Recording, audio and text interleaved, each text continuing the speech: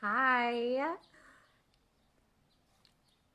Okay, today is part 3 of my homeschooling video series, and I am in Arizona at my parents' house. So, thank you for being patient. I know that I was going to do it on Thursday, but I decided to wait and do it today, and it's so nice. I can actually do it during the day because my in laws have my kids, and um, normally I have to wait till Riker goes to bed, especially, and then I'm doing it at night. So it's 9 a.m. here and it's beautiful outside. Actually, that little house behind me is called the Casita, and it's the place where I stay, and it's just so wonderful. So I'm getting a nice little break here, experiencing the warm weather, and I'm just absolutely loving the time. So today we are going to talk about the schedule, the day to day nuts and bolts. What does it look like? What does it look like to homeschool? And then also, when I talk about the schedule, I'll add in, how do you manage everything else that a wife and a mother has to do, such as, you know, homemaking and meal prep and being a wife and spending time with your husband and keeping yourself, you know, motivated and encouraged and finding time to exercise and all of that. So, first of all, waking up in the morning. That's one of the benefits of homeschooling. There's no set wake up time. My kids can wake up whenever they want. I mean, we are generally morning people, but we like to get up and get started probably on the early side, I think. And I think that it's nice to be efficient, and then my kids can have the afternoons off. So we typically wake up and we'll do breakfast together. Breakfast for us is usually pretty quick because we'll just eat breakfast and then we go down to the basement. We do school in the basement, and so it's nice to have that distinguish. Okay, we're upstairs for meals. Now we're all going to go downstairs and focus on learning. I did want to share a really neat idea from one of my amazing friends, Tara. Tara, if you're watching, or um, Tara Davis, and I know that this is a really good tip for homeschool moms, so I wanted to touch on it because it's a really common thing. We don't do it, I think, just because with all girls, they're ready to start and they don't really need that sitting still component with mealtime, but the morning time concept when your kids are eating breakfast and they're occupied with their food. So Tara has 3 boys. They really love their food and it can keep them quiet and sitting still. So that is when she'll do Bible reading or reading of just literature, things that aren't the core subjects, but something that just enriches your kids' souls and is beautiful. But sometimes if they're just having to be, still on the couch, they couldn't do it. But while they're eating, it works. We go downstairs to the basement and we'll do like a Bible time as the kids are kind of getting situated, but we're still in the school area. And then we always do a verse. Sometimes we like to do a worship song. And we kind of just go through the day, what it's going to look like. I don't tend to make a strict schedule in the sense like you're doing math from this time to this time, science from this time to this time. I know generally what subjects I want to do for each child and then the combined subjects. And then we just kind of pick the times based on, honestly, Riker's mood, who needs what, things like that. So we usually start school at around 8:30 and we're done by noon. I mean, seriously, you guys, that's something that's so cool about homeschooling is you can be done in such a short amount of time compared to public school because there's not as many interruptions and there's not as many students. Um, so we do math every single day. We do language arts every single day. Now, within language arts, that involves, spelling and reading and some writing, some copy work, individual reading time. If I read out loud, I'm just kind of calling all of that language arts. And this past year, we used a curriculum that covered all of it.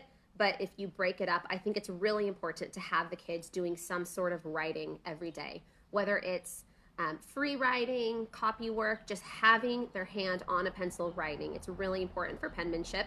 So I'm a stickler for that every day. And of course, reading and math. And then we typically do science and history 2 days a week. So maybe one week we'll do science Monday, Wednesday, and then we'll do history Tuesday, Thursday. It really depends on what's going on in the curriculum that week. I like to leave Fridays if the science is calling for a larger, more time-consuming experiment, or sometimes we're doing something for history, like an oral presentation, or we're all reading a book and then the girls are doing a separate book report. Friday can be open for something that's longer. On Fridays, we also do a cooking project or do an art project or leave that day open for field trips.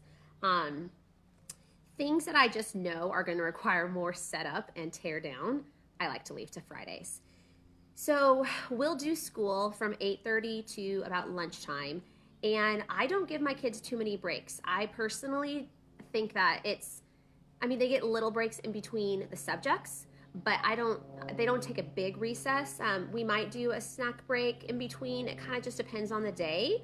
I'm not too strict on you can't have a snack or you can't. It really just depends on how they're feeling. But I think that with homeschooling, it's really important to set a tone and not let your kids take advantage of you because you're your mom. You need to distinguish just establish yourself as I'm the teacher, and you wouldn't do this in school. You wouldn't be constantly asking for a snack every 10 minutes. It's not allowed. You can't do that in public school. So it's really important for the kids to know the rules. And this, of course, applies to older elementary. I'm not at all referring to a toddler. Toddlers can't go without snacks for 20 minutes. So Riker is constantly having snacks, and Riker's moving up and down, going inside, going outside. Those kinds of rules don't apply to Riker. But my students, my girls, are 3rd grade, 5th grade, and 7th grade. So I absolutely expect them to be able to sit still. But that takes training. That takes years, really like semesters to get them used to this is what we do. So when we're doing school, they finish a subject. So say, Lily's doing math and Cora is doing language arts. Sometimes they might both choose to do math at the same time, and it's fine because maybe one person is doing review, and so I can help the other person with the new concept. Again, it depends on what they're doing in their curriculum. Obviously, they can't both be learning a new concept at the same time, so we do that rotation thing. When you have multiple students and they're all learning new things, you just have to know, they have to know you can't be more than one place at a time. So, Lily is doing a new concept, and then I have Scarlett doing independent work, and I have Cora playing with Riker. Well, then Lily gets finished, Scarlett is doing a new concept, Cora is arts. I feel that language arts is something that more kids can do by themselves, and they need help usually more with math. But maybe something with language arts, they're learning to read. That takes focused, concentrated time. So maybe we put that into the afternoon when Riker's doing a quiet time, or kind of listening to an audiobook or something, because teaching to read takes one-on-one focused. And I'm planning on talking about teaching to read more in future weeks because I have suggestions for that. But the kids just have to know to work with you. And you have to be able to just go from person to person. And you can't feel guilty if you can't meet the needs right then. The kids understand. I think they do learn to understand that they have to wait a little bit. It's really helpful to have things on the back burner that they can go to. So if you do have 2 kids who really need you at the same time, you just have to choose one, and then the other one can just pick up their book or pick up something, something they're drawing, or a Lego project, or they can run outside and play for a few minutes. And so you have to have these ideas of things they can go to. So then we stop and do lunch. Also, if anybody is, as you guys are watching, if you have any questions, I know I have said this both times, but I always want to remind you, if you have questions, please put them in the comments. And as I'm talking, I can answer the questions if I don't go into anything deep enough. We break for lunch. And when we break for lunch, I really like to let the kids just completely chill out. We sometimes do audiobooks when they're eating lunch. And we eat lunch. And then right after lunch, I let them go outside or inside if it's too cold and do a nice recess time and just play and kind of take a couple deep breaths. Most of the time, I would say almost like 95% of the time, we shoot to have all of our math and all of our language arts done before lunch. Every now and then we might have some science or history reading that we've pushed to the afternoon, but all of us aren't huge afternoon schoolers, and I think that we've created a way where we can get that stuff done. Then, after lunch, after recess, we do some chores. And so my kids empty the dishwasher. I thought I'd touch on chores a little bit because I've had some moms ask questions about, how do you get chores done? What do the kids help with? So my girls completely empty the dishwasher by themselves, and they do that usually right after lunch. So then I can just fill the dishwasher when they're done emptying it from the previous day. And then They always put their laundry away. So I'm continuously doing laundry throughout the day. I don't tend to put it to one day or one time because I am home every day. I can get a load started. I can put a load in the wash, and then I can go upstairs in the middle of the school time and just toss it into the dryer. And then after we're done with school, the kids can take it out of the dryer and bring it downstairs. And so we're kind of all continually watching the laundry. I think that with homemaking and homeschooling, it just has to be a dance. You have to be able to weave it in and out, because if you want to homeschool in a block and then want to do chores in a block, I personally have found that that's a hard way to approach it, because something gets interrupted for the block, and you say, I'm going to do chores for this 1 hour. Well, something comes up with a baby or a toddler, or one of your older kids needs you. And so it's nice routine and habit to just start a load. Hey, Deb. To start a load and get that going when you first wake up. So my kids empty the dishwasher, they help put away the laundry, and then, we all help clean up lunch. We'll tend to maybe wipe down the table, wipe down the cabinets after lunch, not cabinets, counters, after lunch. And then my kids, we don't tend to have like a free-for-all open afternoon. It's definitely structured, but we're not doing our core subjects. So I think it's really good for kids to have, just a to-do list of things that they have to get done in the afternoon in order to, for example, earn technology time, to earn tablet time, or to earn TV, or to earn a treat, whatever motivates your kid. So they always have their chores in the afternoon. We call it hobby time. So if your child practices an instrument, this is a time.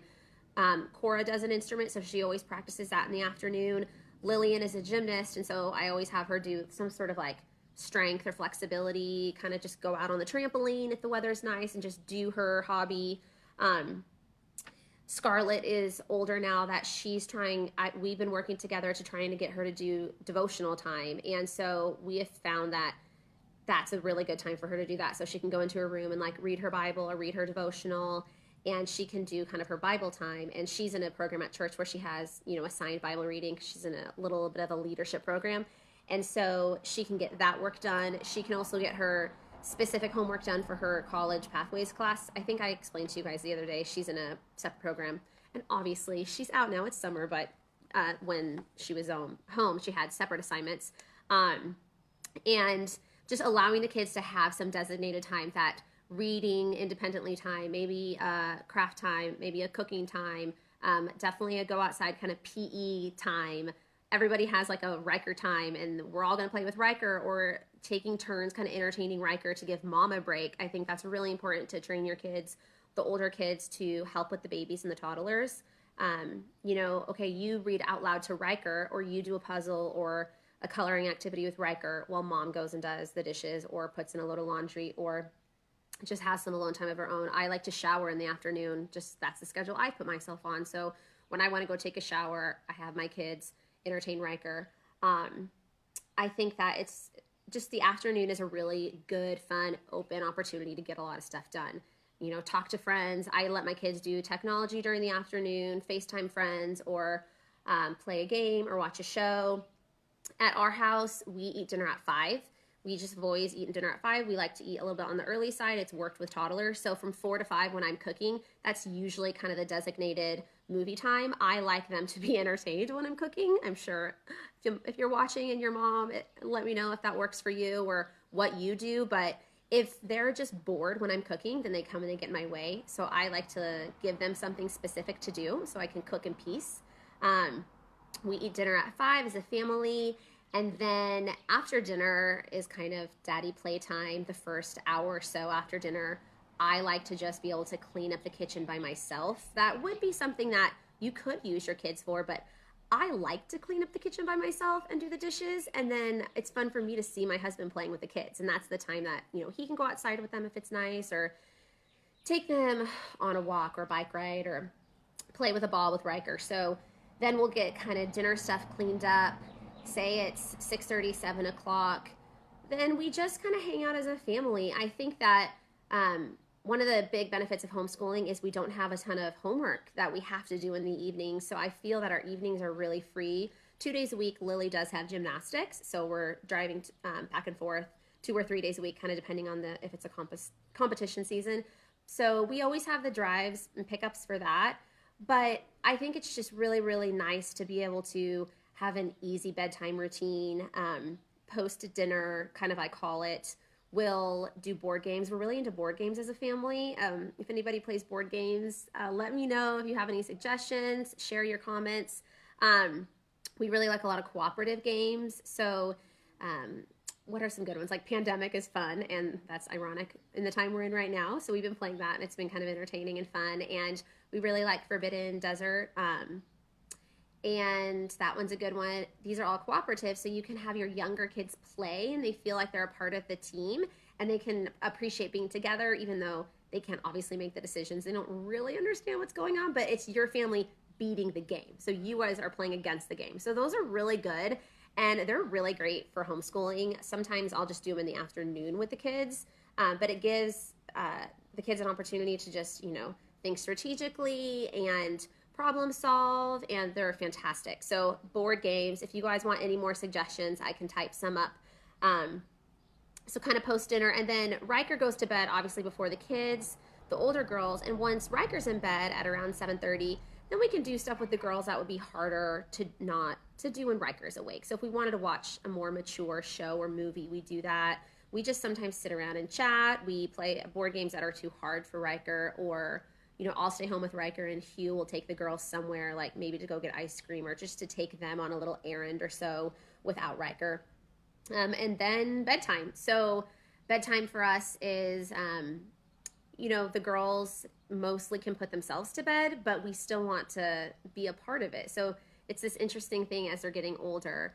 They want to have the freedom, and they want to be able to stay awake maybe and read in their beds or do something in their room. So we'll sometimes just like, okay, you're off, you're done, you're going to bed. We've prayed, we've put you to bed, but we're going to trust you to turn off your lights, in 30 minutes by yourself. And that's been working for us recently with the girls. So it's nice because we are off duty, as I call it, but the kids can kind of turn off their lights and put themselves to bed when they're done reading. So that's kind of our daily schedule. So let's talk about, so I talked a little bit about cleaning. I think another key to survival for homeschoolers, and really any busy mom, is meal prep. So Sunday night is kind of my go-to night where I plan out our homeschool week, and then I meal prep. And when I say plan out the homeschool week, again, not minute by minute, like I said earlier, but just I know that this week we are doing this lesson in history. What kind of supplies do I need? Do I need to buy anything in particular? Do I need to research something ahead of time and be prepared? Same for science. What do I need to know for math and language arts as far as who's doing something new, who is getting mostly review, and is someone doing a big writing assignment that I'm going to have to work with them on? And so I just kind of know the basics of the week. And then I plan out our meals. I know with our schedule that week, is there anything unique? Are there meetings? Do one of the girls have an activity that's not usual? Just kind of anticipating what's going to work. What days do I need to do dinner in the crock pot? What days am I going to be home to cook? Because it depends on that. You don't want to be thrown into, oh yeah, I'm not getting home on this night till 5 o'clock and I didn't plan, and now we have to go out to eat, which is not the worst, but you just want to try to be planned. And so I think Sunday night works for us for that. Finding time to exercise. When do I do that? A lot of moms want to know. For us, so we do have a gym membership. So I would say probably 3 times a week. After the lunchtime, the chore, the recess time that I explained to you guys, I will take the kids to the gym. So it's usually like 1:30. Sometimes it's earlier, and then I just have the kids do kind of like exercise PE time at the gym. My girls are old enough that they don't actually go to childcare, and our gym is fine with that. And they can just go to the basketball court and run around and shoot hoops, or they can kind of mess around in the pool. All my girls swim independently, so it's nice that I have that. The older girls that can kind of just use the gym and do some of the things there, and then I put Riker in childcare. Scarlett's actually old enough now too that I can take her into the cardio area with me. If she wants to, walk on the treadmill next to me, she can do that. They let kids who are 12 and up into the workout room, and then Lily and Cora will sometimes shoot hoops. Or sometimes they'll just sit in one of the chairs in the hallway and read while I'm at the gym. Because the gym, usually if you ask your gym, and no one's really going to say anything. I think homeschooling is still kind of uncommon enough that there's not all these kids there. And if your kids can just sit still and read, or maybe you designate that time to just be tablet time and you bring an iPad and the kids can just watch a show, at a chair. I mean, every gym, even the YMCA, has some sort of lobby with chairs. So I've been trying to utilize that. And so I'll go in the afternoon. I've tried to do at-home workouts like in the morning. I'm just not motivated to work out at home. Amazing for any of you who are, but I really need the gym. So that's when I get exercise time. And I think, what about me time? I try to wake up early and do just like relaxing time with the Lord. If I'm reading a book, obviously reading my Bible, and just starting my day by myself for a little bit is key for me. I know that that's not what every mom does, but I think as a homeschool mom, it's hard because I'm with my kids all the time. It really is hard. And, I made this decision, but it doesn't mean I don't get tired of my kids. And it's really beneficial, I think, to wake up and pray and just center yourself and focus and know that, like, every day you need to come to the Lord for your daily bread and also to get energy. I'm literally like, Lord, give me the strength to get through this day. So I tend to wake up early and do that in the morning. I know a lot of my friends who homeschool like to kind of have this nighttime wind down routine with the Lord and, right before bed. And so everybody does their own thing, but I think it's absolutely vital to the health of a homeschool mom to get that time with the Lord and time for yourself. I really want to make sure I'm always keeping my husband a priority and not letting my obligations and duties with homeschooling and the kids overwhelm me, so I'm too tired at night. Of course, I'm not perfect at this, but my husband and I are always trying to explore new options for ways to get creative with our time. Now that our kids, the older girls, are going to bed later, it's just getting harder because our window at night is shrinking. So we've been trying the method that I said where, we'll put the kids in their room at 8 or 8:15, and they're not going to go to bed that early, but they're at least in their rooms. And I'm off duty, and they have started their bedtime routine by themselves. And then my husband and I can start hanging out and talking and just being together. Because if we wait until the kids were actually asleep, sometimes they're not actually asleep till 9:30. Well, I want to go to bed at 10, so that doesn't give us enough time. So I really think it's important to train your kids to stay in their rooms and just do a quiet activity so you and your husband can have that time together. I think a lot of homeschool moms can get lost in the journey of homeschooling and forget, you were a wife first and your husband needs that love and affection. So it's just about the balance. You don't want to have your husband ever feel like, oh, because my wife homeschools, she's choosing the kids over me. And I think a lot of homeschool moms, and I've experienced this over the years, you can start putting your kids too high just because kids have a lot of needs, and especially not just, they have all their academic needs when you've decided to homeschool, but just all the regular needs of feeding them and clothing them and emotional needs. So it's all about balance and give yourself grace. I think that homeschooling is such a huge sacrifice for women. It's the biggest, really. You've decided not to work. You've decided to not only work, but to really never even give yourself that day-to-day alone time that so many moms get when they send their kids to school. And so really give yourself grace and recognize that you are doing an amazing job by just making the decision to homeschool and following the Lord's prompting. You're being such an intentional, proactive mom. Give yourself grace. It's a hard job. Self-control is really hard. And as a homeschool mom, it could be hard to be easily distracted because you're at home and you could just start, in the afternoon, just like sit and watch a show and, snack too much.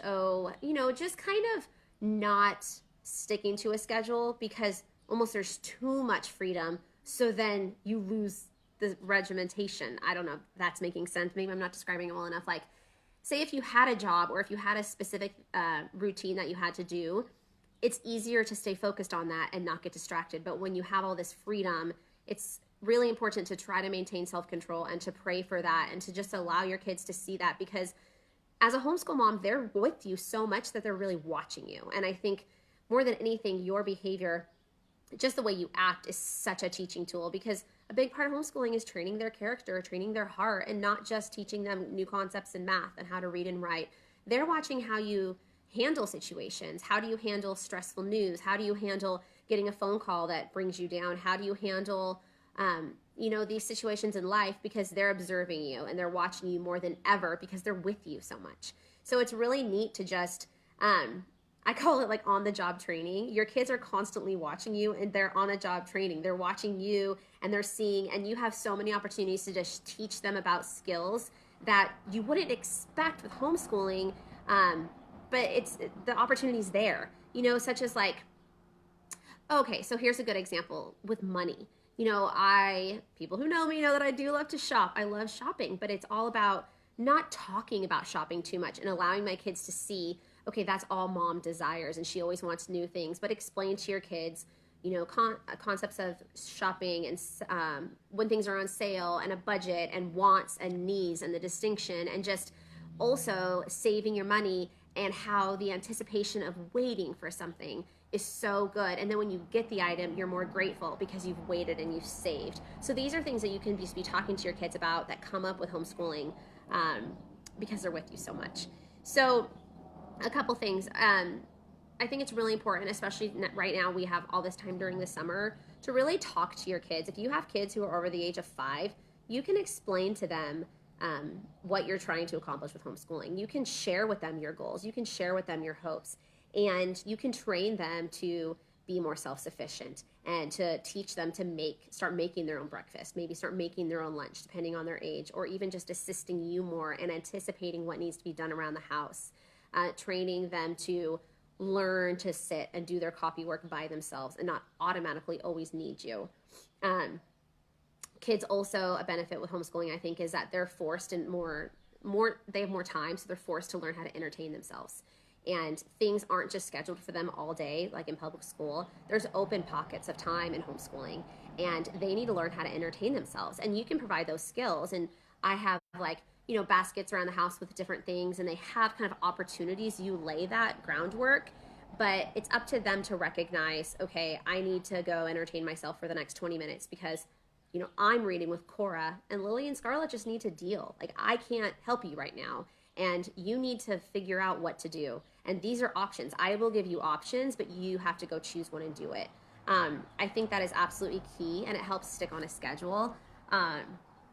You don't need to be with your kids all the time, in the sense of you don't need to be entertaining them. You don't need to feel bad about that either. It's important for kids to learn to entertain themselves. Again, if you guys have any questions, let me know if you want to have any more suggestions. Okay,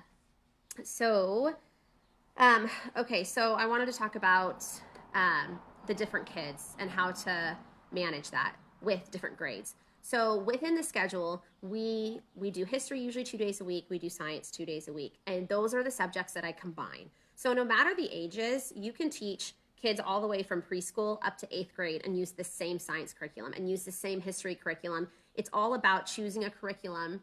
And I'm going to go into specifics of curriculums next week. It's all about choosing a program that has options of activities for each grade. And so everybody is studying the same thing. So we're all reading about ancient Egypt. That's what my family is going to be doing. We just started it at the end of the school year, and we're going to keep doing it in the fall.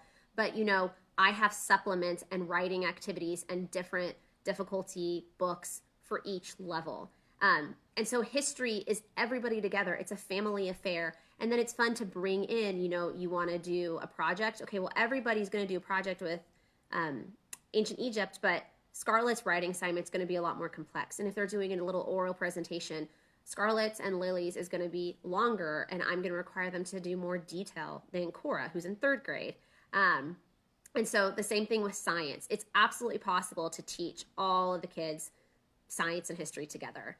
Anytime you do anything like art history or music or something with geography, Bible time, of course, Shakespeare, poetry, just health, if you're talking about different kinds of, niches within science. You want to talk about like anatomy, you want to talk about chemistry, you want to just talk about diet and health. All of that can be done with all of the grades. So that saves a lot of time, and that is a trick for teaching multiple grades. Obviously, math, you're going to have to do each level, and that's going to be your biggest time of the whole day. And you have to do the research to find a math curriculum that works, because you know what? The same math curriculum might not even work for every kid.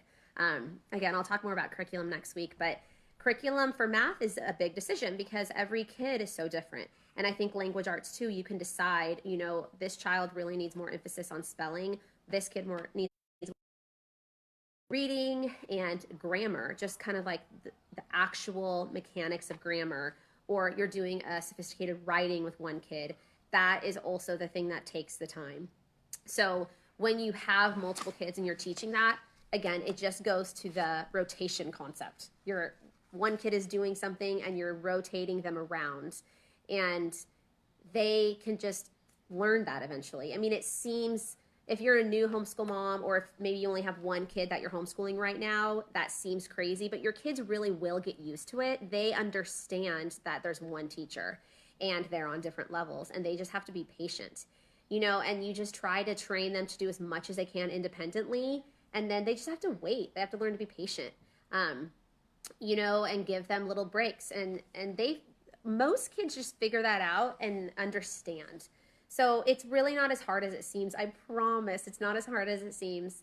And worst case, you have some mornings where you just don't get everything done and you have to do some stuff in the afternoon. Maybe you have to do a couple things at night. Sometimes it's really good to get your husband involved and just realize, okay, I didn't get everything I needed. I'm going to utilize him tonight. And it's sometimes good for your husband to just really understand what you're doing all day. Because as much as you can talk to your husband about it, he needs to witness it firsthand. So as often as I can, I'll bring my husband in, and even if he's not going to teach them, I'll have each girl go through for 5 minutes at night what they've been learning, chit chat about it with daddy, and then sometimes it rolls into a great conversation and more teaching organically, or sometimes it's just, this is what I learned, okay, the end, and dad can then know what's going on. Because I think a thing that does happen in homeschooling is sometimes husbands don't quite know, what are you doing all day? Is school getting done? I know that my husband, he works from home, so he sees every day, and so if we end up taking a lot of breaks, I get a little insecure because I feel like, oh no, he thinks I'm not doing anything. But you just have to be confident and explain to your husband that you're doing this, you're doing that. Show him everything. When the kids write anything, when they do a math worksheet, literally just show him everything. And the kids love it, and their hearts swell with pride, and then it makes your husband feel a really big part of, what's going on, because this is a family mission. It's a family vision and decision. And if your husband's not on board, it's going to long-term be really detrimental. Okay, that is mostly what I wanted to discuss today. No one's given me any questions. Okay, if you guys have any questions, let me know. But next week, I'm going to talk about the nitty-gritty of curriculum, because I know a lot of us during the summer, this is when we're going to start researching. This is when we're going to start purchasing our items. And as I said, I think I mentioned it last week, it's nice to know which things you want towards the beginning of summer. Then you can watch for them all summer on sales or at, thrift books, garage sales. And so it's nice to know. So we're going to plan that out next week. And I'm going to show you guys my system and talk about the different types of curriculum for different types of learning styles. And it should be really fun because, I don't know, there's nothing more exciting to do a homeschool mom than curriculum. So I hope you guys all appreciated the video today about the schedule. Please share this with your friends, and I hope you guys have a really good Saturday. I'll talk to you later. Bye.